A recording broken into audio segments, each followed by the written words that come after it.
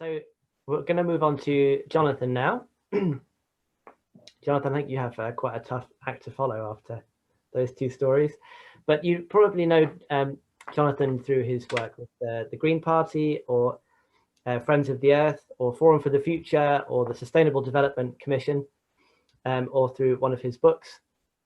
Jonathon has pursued sustainability through politics and through government and through business and through much else besides. He's an author, and one of the books that I was thinking of was this one, which is an imaginative exercise like the kind that we're pursuing during this festival, really, to sort of imagine the future from 2050. And then more recently, the book Hope in Hell, which came out a few weeks ago and talks more specifically about our current predicament. And so thank you for being with us, Jonathon, and over to you. Jeremy, thank you very much indeed. And yeah, like the others, absolutely delighted to be part of the proceedings this evening. And it's wonderful listening to those stories and listening to Bishop James. It's very inspiring, actually, to think about that. I'm struck by the degree to which what we're currently experiencing under COVID-19 is about as far from any kind of promised land as one could possibly be. And for an awful lot of people, this land is already pretty blighted and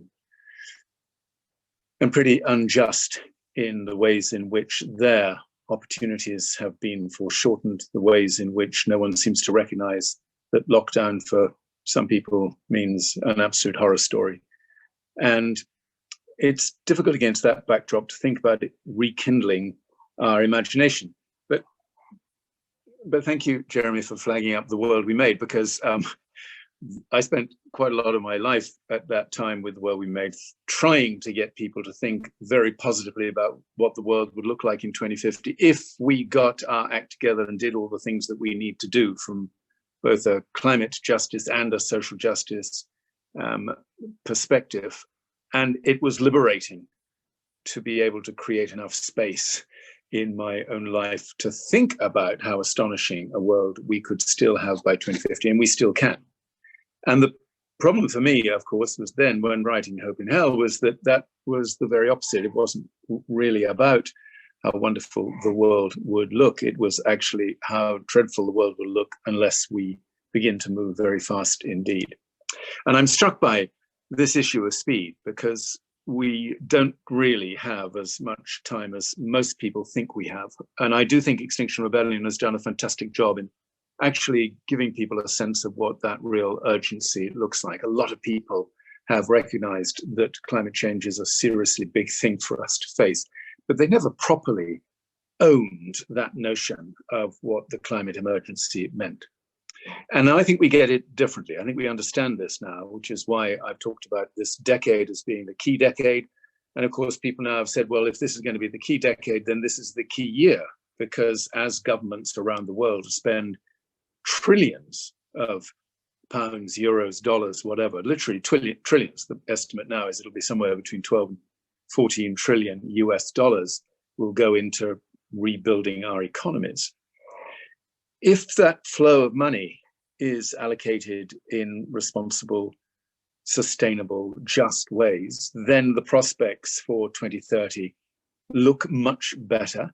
And if the prospects for 2030 look much better, then the prospects for 2050 and so on look much better as well. So this year becomes absolutely crucial.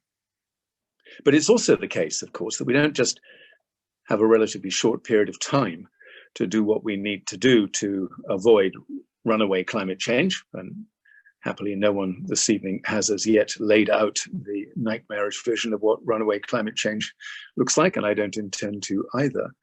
But we only have that period of time to change the narrative. And I'm really interested in this whole theme this evening about changing the narrative and making things so much more easily accessible for people than they are today. And that's what I mean. I don't actually think we are rekindling people's imagination. I think we're kindling it up. For so many years, decades, in fact, people's imagination about a better world has been constrained by being forced to live in a growth-bound, growth-first consumerist society, which has blighted our imagination and made it very difficult for people to talk about alternative, let alone better futures. For me, that whole story about an alternative narrative has been shaped very, very markedly by the work of Thomas Berry, who has been, for me, an absolutely inspirational person and teacher for many, many years. And his work, I think, helped me understand that although I would usually feel much more comfortable in a secular, rational, science-based world, that was never going to give people a true sense of a different narrative at all. And actually listening to Cleo was really interesting because, of course, Thomas Berry was very clear as to where he drew his inspiration from and what he saw as the different kinds of inspiration that we needed to draw on. And he basically, when he talked about wisdom, he talked about 4 different sources of wisdom. And the first clear was exactly that, the wisdom of indigenous people and the contribution they have made to a deeper understanding of relationships between humankind and life on Earth as a whole. His second source of wisdom was the wisdom of women and the degree to which that would contribute to a world which has been written largely to demonstrate the wisdom or the lack of wisdom of men. His third source, of course, was this whole question about a more revelatory set of experiences regarding the presence of God in people's lives, whether that is a transcendent God or immanent God, whatever it might be. Coming back to Thomas Berry's principal, I think, insight into what we're looking at today, with us seeing the universe as the primary revelation of God's purpose here on Earth.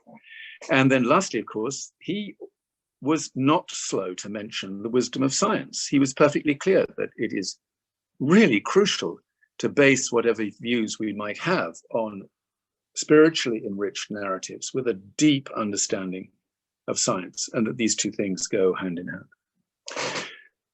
That, I think, is a really crucial part of trying to understand what a spiritual approach to this notion of servant leadership might look like now. And there are many, many people who talk about that very movingly these days, and we can really get to grips with all of that.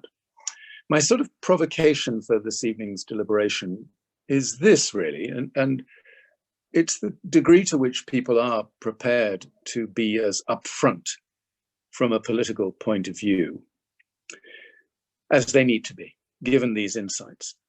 So I was fascinated recently to come across the the COVID-19 statement from the World Council of Churches, which was something of an eye-opener, really, because it put things in very stark terms that very often you don't hear in ecumenical statements of a similar kind. So this is what a WCC statement sounds like. We're living in apocalyptic terms, and are reminded that the term apocalypse means to unveil or uncover.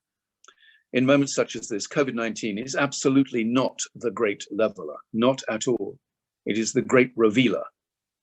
In its light, we see anew and afresh the distorted realities and inequalities that powerful interests have passed off as normal and unquestionable for the last few decades. COVID-19 could become the great leveler if we harness its revelation for a transformation which raises up those who have been cast down by exploitative, supremacist, and colonial systems. Now, I feel very comfortable personally with a statement of that kind, and it seems to me to speak to this notion of the need for a new militancy in that regard.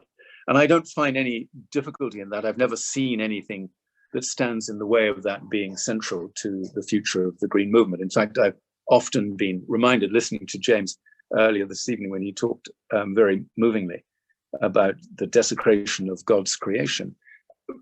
For as long as I can remember as a Green activist, and certainly going back to the Green Party and Friends of the Earth in the 70s and 80s, many activists that I shared experiences with at that time would talk without any hesitation at all of the sacred in their relationship with the natural world. and the destruction of what they saw as that sacred quality. Now, they might not have described that as a religious or even a spiritual experience, but there's no doubt that that's what it was doing with them. And I think Alistair McIntosh has touched on that in his, I think, still wonderful book, Spiritual Activism, in which he does touch on this need to take a much more activist orientation. The deeper one's spiritual insights go, the more important it is to think about the activist side of that, not just to develop holistic world views with an active spirituality at their heart, but to turn that into a commitment in our daily lives and in our work as activists. So if there is a promised land out there, it's one in which this diversity of views can be celebrated and in which we can bring forward some wonderful, powerful new insights into what we as individuals and we as communities can do together to make that promised land more of a reality.